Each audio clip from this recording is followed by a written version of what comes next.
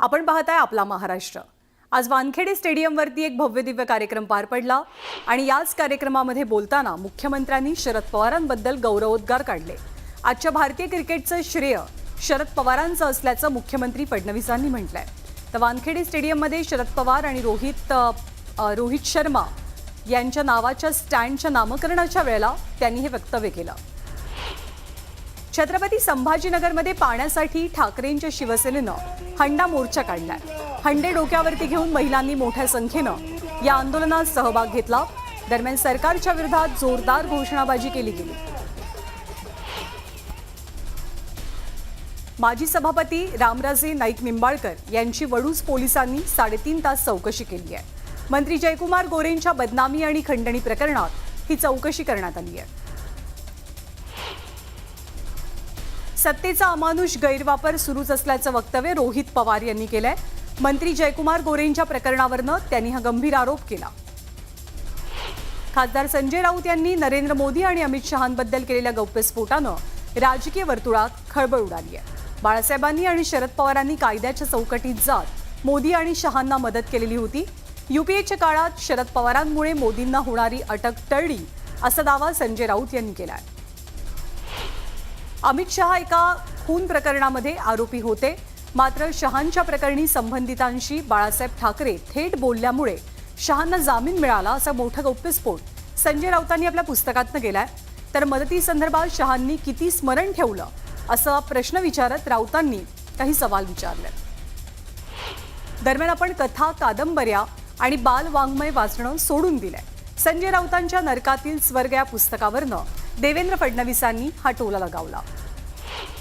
बाळासाहेबांची शिवसेना संपलेली नाही, अजून त्यांचे शिवसैनिक जिवंत आहेत असं म्हणत गुलाबराव पाटील यांनी संजय राऊतांवरती सुद्धा टीका केली आहे। संजय राऊत विकृती असल्याचं वक्तव्य राधाकृष्ण विखे पाटलांनी केलंय। तर पंतप्रधानांविषयी बोलण्याची त्यांची पात्रता नसल्याचं म्हणत संताप व्यक्त केला। हिंदुत्वाच्या मुद्द्यावरती काही मदत झाली असेल, मात्र आपल्याकडे त्याबाबत अधिकृत माहिती नाही असं वक्तव्य छगन भुजबळांनी संजय राऊतांच्या दाव्यासंदर्भात केलंय। शिवसेनेनं मदतीचा हात दिला असेल तर चांगलंच आहे। आम्ही आता सुद्धा खऱ्या शिवसेनेसोबतच आहोत आणि आधी पण आम्ही शिवसेनेसोबतच होतो, मात्र काहींनी बाळासाहेबांच्या विचारांना तिलांजली दिली असं म्हणत संजय राऊतांच्या विधानाविषयी गिरीश महाजनांनी वक्तव्य केलंय। अजित पवारांनी इंदापूरमधल्या सहकारी साखर कारखान्याच्या प्रचारानिमित्त थेट इशारा दिला। मी शब्दाचा पक्का आहे, एखाद्याला पाडायचं म्हटलं की पाडतोच आणि एखाद्याचा काटा काढायचा म्हटला की काढतोच असा इशारा अजितदादांनी दिला। शरद पवार आणि मुख्यमंत्री देवेंद्र फडणवीस आज एकाच व्यासपीठावरती आले। MCA कडनं वानखेडे स्टेडियमवरती आज शरद पवार यांच्या नावाच्या स्टँडचं उद्घाटन झालं आणि त्या कार्यक्रमानिमित्त हे दोनही नेते एकाच मंचावर दिसले। काँग्रेसचे ज्येष्ठ नेते पी चिदंबरम यांनी इंडिया आघाडी संदर्भात मोठं विधान केलं। काही लोकांना वाटतं की आघाडी अजूनही टिकून आहे, मात्र मला त्याबद्दल खात्री नाही। सध्याच्या घडामोडींनी असं दिसतंय की या आघाडींवरती मर्यादा येते। त्यांच्या वक्तव्यामुळे मात्र मोठी खळबळ उडाली आहे। पी चिदंबरम यांचं वक्तव्य योग्यच आहे। इंडिया आघाडीमध्ये कुणाचंही एकमत नाही, त्यामुळे त्यांची परिस्थिती छिन्न विछिन्न झाली असा हल्लाबोल गिरीश महाजन यांनी केला। तर काँग्रेसची अवस्था सर्वांनाच ठाऊक आहे, त्यांचं धोरण काय हे त्यांनाच कळत नाही असा टोलाही त्यांनी लगावला। उबाठाच्या पाण्यासाठीच्या आंदोलनावरनं भाजपनं हल्लाबोल केलाय। ठाकरे गट लबाड असून लबाड लांडग्यांचं सोंग घेतोय असं म्हणत अतुल सावेंनी अंबादास दानवेंवर हल्लाबोल केला। सटाणा बाजार समितीच्या सभापती आणि उपसभापती पदासाठी घेतल्या गेलेल्या निवडणुकीत सभापती पदावर सिंधू सोनवणे यांची वर्णी लागली आहे। समान मतं मिळाल्यानंतर दोनही उमेदवारांच्या चिठ्ठ्या काढल्या गेल्या, त्यामध्ये सिंधू सोनवणे यांचं नाव निघालं। साताऱ्याच्या भाजपच्या जिल्हाध्यक्षपदी अतुल भोसले यांची नियुक्ती झाली आहे। यावेळी शिरवळमध्ये भाजप कार्यकर्त्यांनी अतुल भोसलेंचं जोरदार स्वागत केलं। भाजपच्या भिवंडी शहराध्यक्षपदी रवी सावंत यांची निवड झाली आहे। यावेळी त्यांचा पदग्रहण सोहळा मोठ्या जल्लोषात पार पडला। वर्ध्यामध्ये भाजपच्या जिल्हाध्यक्ष निवडीवर उत्सुकता शिगेला पोहोचली आहे। महिलांनी सुद्धा जिल्हाध्यक्षपदासाठी नावं दिल्यानं नक्की पद द्यायचं कुणाला याबद्दलचा पेच पाहायला मिळतोय। कोल्हापूरचे खासदार छत्रपती शाहू महाराज यांनी संगम माहुली येथील महाराणी ताराराणी यांच्या समाधीस्थळाची पाहणी केली। यावेळी त्यांनी समाधीस्थळाच्या जीर्णोद्धार विकास आराखड्यासंदर्भात एक बैठक सुद्धा घेतली। जळगाव शहरातील सर्व शासकीय कार्यालयांमध्ये सीसीटीव्ही बसवण्याची मागणी केली जाते। जिल्हाधिकाऱ्यांना पत्र पाठवत आमदार सुरेश भोळे यांनी ही मागणी केली आहे। ऑपरेशन सिंदूर हा केवळ एक ट्रेलर आहे, त्यामुळे योग्य वेळ आल्यावरती संपूर्ण सिनेमा दाखवू असा थेट इशारा भुज एअरबेसवरनं संरक्षण मंत्री राजनाथ सिंग यांनी पाकिस्तानला दिला आहे। ऑपरेशन सिंदूरनं पाकिस्तानला भर दिवसात तारे दाखवले, तर पाकिस्तानला आर्थिक मदत करणं म्हणजे एक प्रकारे दहशतवाद आहे, त्यामुळे पाकला आर्थिक मदत करणाऱ्यांनी पाकिस्तानची परिस्थिती पाहावी असा थेट इशारा राजनाथ सिंग यांनी IMFला दिला आहे। राजनाथ सिंग आज भुजच्या दौऱ्यावरती होते। भुज एअरबेसला त्यांनी भेट दिली आणि ऑपरेशन सिंदूरमध्ये धडाकेबाज कामगिरी करणाऱ्या हवाई दलाच्या जवानांसोबत संवाद साधला। पुलवामामधील त्राल आणि शोपियानमध्ये गेल्या 2 दिवसांपासून दहशतवादी आणि जवानांमध्ये चकमक सुरू आहे। यामध्ये 6 दहशतवाद्यांचा खात्मा करण्यात यश मिळालं। या चकमकीत शस्त्रास्त्र आणि दारुगोळा जप्त झालाय अशी माहिती मिळते। सिंधू जलकरार स्थगित केल्यानंतर भारतानं पुन्हा आक्रमक पवित्रा घेतलाय। भारत पुन्हा पाकिस्तानची जलकोंडी करण्याच्या तयारीत आहे। चिनाब नदीवरील सलाल आणि बगलिहार धरणातील गाळ दर महिन्याला काढला जाणार असून त्याबाबत पाकिस्तानला कोणतीही पूर्वसूचना मिळणार नाही, त्यामुळे पाकिस्तानमध्ये पूर परिस्थिती निर्माण होण्याची शक्यता आहे। पाकिस्तानचा नापाक चेहरा उघड करण्यासाठी भारतानं आता मोठं पाऊल उचललंय। दहशतवादाविषयी पाकिस्तानचा खरा चेहरा जगासमोर आणण्यासाठी सर्वपक्षीय खासदारांचं नेत्यांचं एक शिष्टमंडळ विविध देशांमध्ये पाठवलं जाईल। एका शिष्टमंडळात 5 ते 6 खासदारांचा समावेश असेल। भारताच्या कारवाईनंतर हतबल झालेल्या पाकिस्ताननं पुन्हा एकदा काश्मीरचा जप सुरू केलाय। काश्मीर म्हणजे भारत, पाकिस्तान आणि चीनमधला सर्वात मोठा विवाद असल्याचं सांगत पाकिस्तानी सेनेचे प्रवक्ते मेजर जनरल अहमद शरीफ चौधरी यांनी काश्मीर मुद्द्याला आंतरराष्ट्रीय रंग देण्याचा प्रयत्न केला। भारताविरोधात उलट्या बोंबा मारत त्यांनी भारताला पोकळ धमकी दिली आहे। भारताचे परराष्ट्र मंत्री एस जयशंकर यांनी अफगाणिस्तानचे परराष्ट्र मंत्री मौलाली आमिर खान मुक्ती यांच्यासोबत चर्चा केली। तालिबान्यांनी अफगाणचा ताबा घेतल्यानंतर पहिल्यांदाच भारत आणि अफगाणिस्तानमध्ये द्विपक्षीय चर्चा झाली आहे। काश्मीरच्या वादावर तोडगा काढण्याची इच्छा पाकनं व्यक्त केली आहे। पाकिस्तानचे पंतप्रधान शहबाज शरीफ यांनी आपण भारतासोबत शांतता चर्चेमध्ये सहभागी होण्यास तयार असल्याचं म्हटलंय। यात काश्मीरचा वाद आणि पाणी वाटप यासह द्विपक्षीय मुद्द्यांवरती लक्ष केंद्रित करण्यासाठी भारताला व्यापक चर्चेसाठी त्यांनी आमंत्रित केलंय।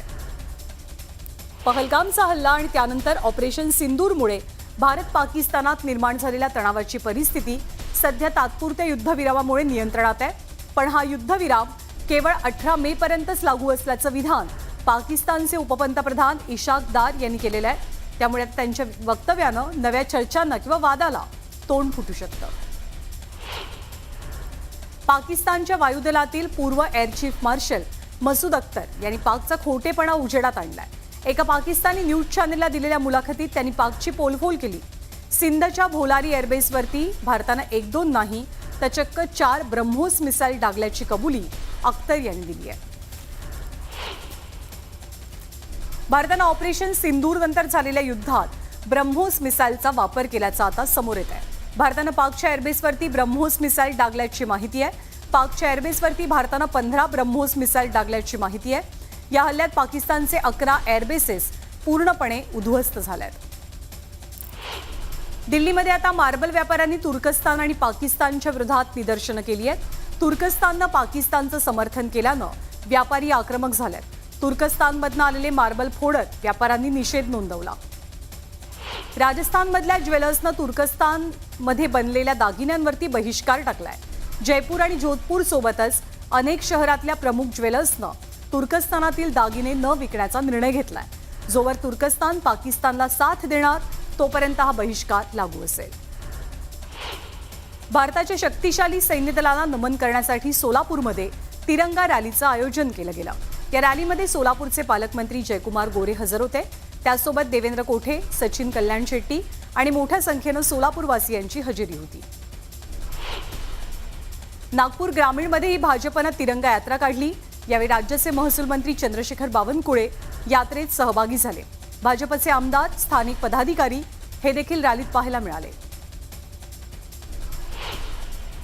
ऑपरेशन सिंदूरच्या यशस्वी कामगिरीनंतर जळगावमध्येही तिरंगा यात्रेचं आयोजन केलं गेलं होतं.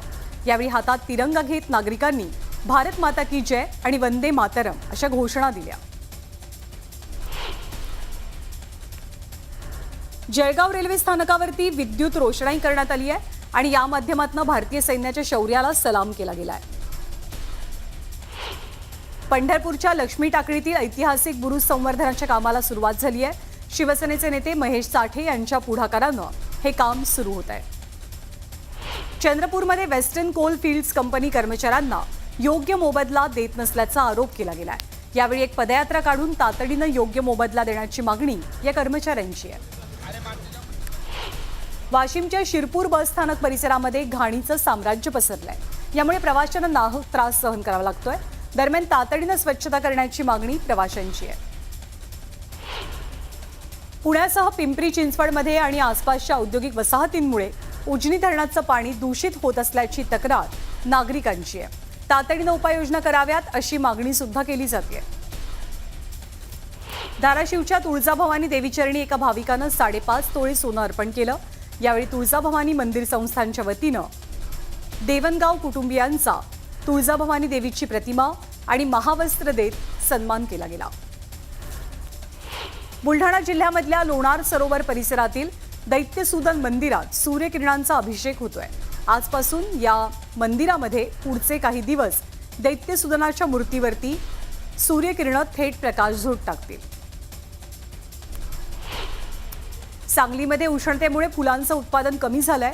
यावेळी मोगरा फुलांना दुप्पट दर मिळत असल्यानं फुल उत्पादक शेतकऱ्यांनी समाधान व्यक्त केलंय. परभणीमध्ये पावसाळ्याच्या तोंडावर जनावरांसाठी लागणारा हिरवा आणि कोरडा चारा याचे दर वाढलेत. त्यामुळे पशुपालकांना आर्थिक फटका बसतोय. सांगलीत अलमट्टी धरणाची उंची त्याच्या वाढीविरोधात रविवारी चक्काजाम आंदोलन केलं जाणार आहे. रत्नागिरी नागपूर महामार्गावरती कृष्णा नदीवरच्या पुलावर हे आंदोलन करण्यात येईल. भारतीय क्रिकेट संघाचा खेळाडू सूर्यकुमार यादवनं सपत्नीक शिर्डीमध्ये साई दर्शनासाठी हजेरी लावली. सूर्यकुमार आणि त्याच्या परिवारानं साईबाबांचं दर्शन घेतलं. पुण्यामध्ये एक प्रकार घडलाय. पुण्यातील रविवार पेठेतल्या एका इमारतीत चक्क गाय दुसऱ्या मजल्यावरती गेली. मात्र उतरायचं कसं हेच तिला समजत नव्हतं. त्यामुळे ही गाय तिथेच अडकून पडली. ही घटना नागरिकांच्या लक्षात येताच अग्निशमन दलाकडनं रेस्क्यू ऑपरेशन राबवलं गेलं. ताडोबा व्याघ्र प्रकल्पात वाघांचा लव्ह ट्रँगल पाहायला मिळाला. नयनतारा वाघिणीवरील हक्कासाठी वाघांमध्ये भीषण झुंज झाली. या संघर्षामध्ये छोट्या मटक्यानं ब्रह्मा नावाच्या वाघाचा खेळ खलास केलाय. त्याची हत्या केली आहे. रामदेगी हा परिसर छोटा मटका नावाच्या वाघाचा होता. मात्र ब्रह्मा नावाचा वाघ नयनतारा वाघिणीसाठी या परिसरात सतत येत असल्यामुळे या दोन वाघांमध्ये तीव्र संघर्ष झाला आणि यात ब्रह्माचा मृत्यू झालाय तर छोटा मटकाही गंभीर जखमी आहे. शिरूर तालुक्यातील बुरुंजवाडीमध्ये ऊसतोड सुरू असताना बिबट्यांचे 3 बछडे सापडल्यात. या बिबट्यांच्या बछड्यांना वनविभाग आणि प्राणीमित्रांच्या मदतीनं पुन्हा त्यांच्या आईकडे सोपवलं गेलंय. पुणे विद्यापीठातील जेवण निकृष्ट दर्जाचं असल्याचं पुन्हा एकदा समोर आलंय. सावित्रीबाई फुले पुणे विद्यापीठाच्या कॅन्टीनच्या जेवणात चक्क रबर आढळून आले. फ्राईड राईस आणि नूडल्स मागवलेले असताना त्यात रबर सापडले आणि यामुळे विद्यापीठाकडनं चौकशीचे आदेश दिले गेले.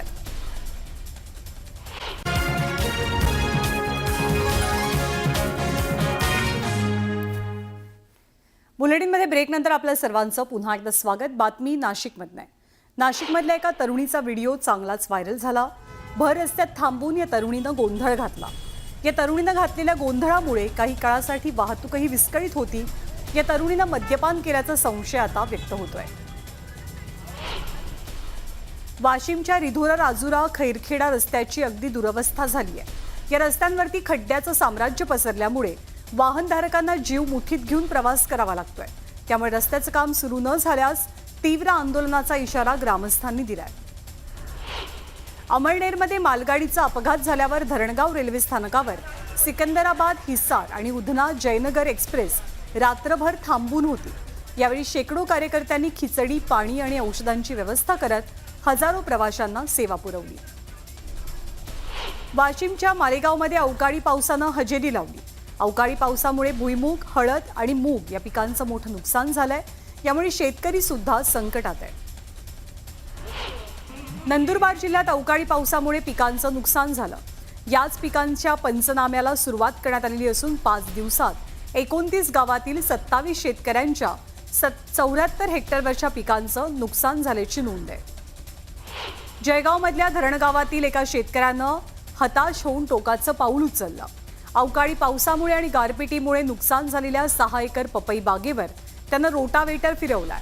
रोटावेटर फिरवून पपईची बाग त्यानं पूर्णपणे उद्ध्वस्त केली। तापमानातल्या बदलांसह अवकाळी पावसामुळे शेतकऱ्यांनी चाळीस साठवून ठेवलेला हजारो क्विंटल कांदा आता खराब होऊ लागलाय। त्यामुळे मनमाड आणि मालेगावसह नाशिक जिल्ह्यातील शेतकरी संकटात सापडलाय। मागील 4 दिवसांपासून येवल्यामध्ये पावसानं थैमान घातलंय। यावेळी वादळी वाऱ्यांमुळे पत्र्याचं शेड अंगावर कोसळून एक जण गंभीर जखमी झालाय, तर पिकांचंही नुकसान होऊ लागल्यानं शेतकरी हवाल दिलाय। पोलीस असल्याची बतावणी करून वृद्ध नागरिकांना फसवणारा तोतया व्यक्ती शिर्डी पोलिसांनी गजाआड केलाय। या भामट्यावरती विविध पोलीस स्थानकात 20 पेक्षा जास्त गुन्हे दाखल आहेत। बुलढाण्याच्या खामगावमध्ये रेल्वे रुळावर 19 वर्षीय तरुणाचा मृतदेह सापडला। नातेवाईकांनी ही आत्महत्या नसून हत्या असल्याचा संशय व्यक्त केलाय। दरम्यान पोलिसांकडून अधिक तपास केला जातोय। जळगाव जिल्हाधिकारी कार्यालय परिसरामध्ये एका व्यक्तीनं आत्मदहनाचा प्रयत्न केला। पोलिसांनी वेळीच हस्तक्षेप केल्यामुळे मोठा अनर्थ टळलाय।